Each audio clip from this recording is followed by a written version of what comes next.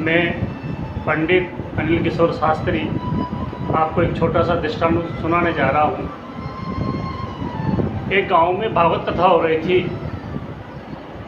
तो सभी श्रद्धालु अपने अपने हिसाब से कथा सुनते थे।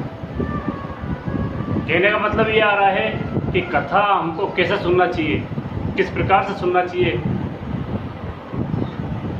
हमारे भाव कैसे होने चाहिए, इस प्रकार से हमें कथा पूर्ण रूप से सुनना चाहिए। पूरा मतलब आपका मन भी वही हो, आपका आत्मा भी वही हो और आपका शरीर भी वही हो। कुछ लोग कथा सुनते हैं लेकिन उनका आत्मा कहीं होती है, मन कहीं होता है, लेकिन शरीर केवल पांडाल में बैठा हुआ होता है। वो कथा सुनने का कोई मतलब नहीं है। तो एक माँ साहब जो है कथा सुनती थी और कथा सुनते सुनते इतना रोती थी, बहुत ज़्यादा। उन्होंने मन से कथा नहीं सुनी, मतलब उनका कथा में बैठी है, मन कहीं और है, चिंतन कहीं और है, आत्मा कहीं और है। तो कथा सुन रही है माँ साहब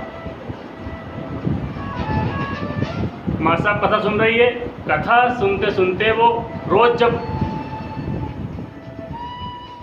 व्यासपीठ से जब उतरते थे महाराज जी, और वो पूरी कथा में रोती थी, पूरी कथा में रोते थे। वो व्यासपीठ से गुरुदेव नीचे उतर के पूछते, माँ साहब आप रोती क्यों हैं?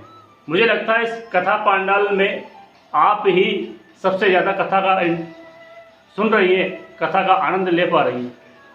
आप मुझे बताओ आज की कथा में किस बात पे आपको ज़्यादा अच्छी लगी, उस बात पे रोना आया, ये मुझे बताइए। लेकिन वो माँ साहब टाल देती, कहती नहीं कि नहीं फिर बताऊंगी। ऐसे करते करते 5-6 दिन की कथा पूरी होने वाली थी, तो व्यासपीठ से एक दिन नीचे उतर के गुरुदेव और जबरदस्ती जो है उस माँ साहब के पास जाके जिद करने लगे कि मुझे आज ही बताना ही पड़ेगा कि तुम क्यों रोती हो। देखो कथा कैसे सुनी उस माँ साहब ने। तो माँ साहब कहने लगी कि आप गुरुदेव बुरा मान जाओगे,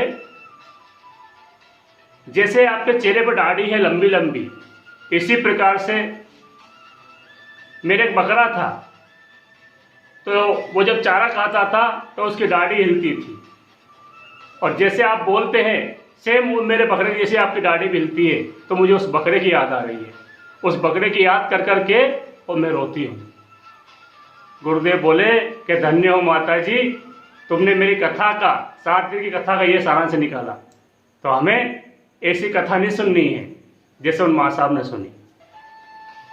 जय श्री कृष्ण। पंडित जी की वीडियो को लाइक करें, सब्सक्राइब करें, शेयर करें।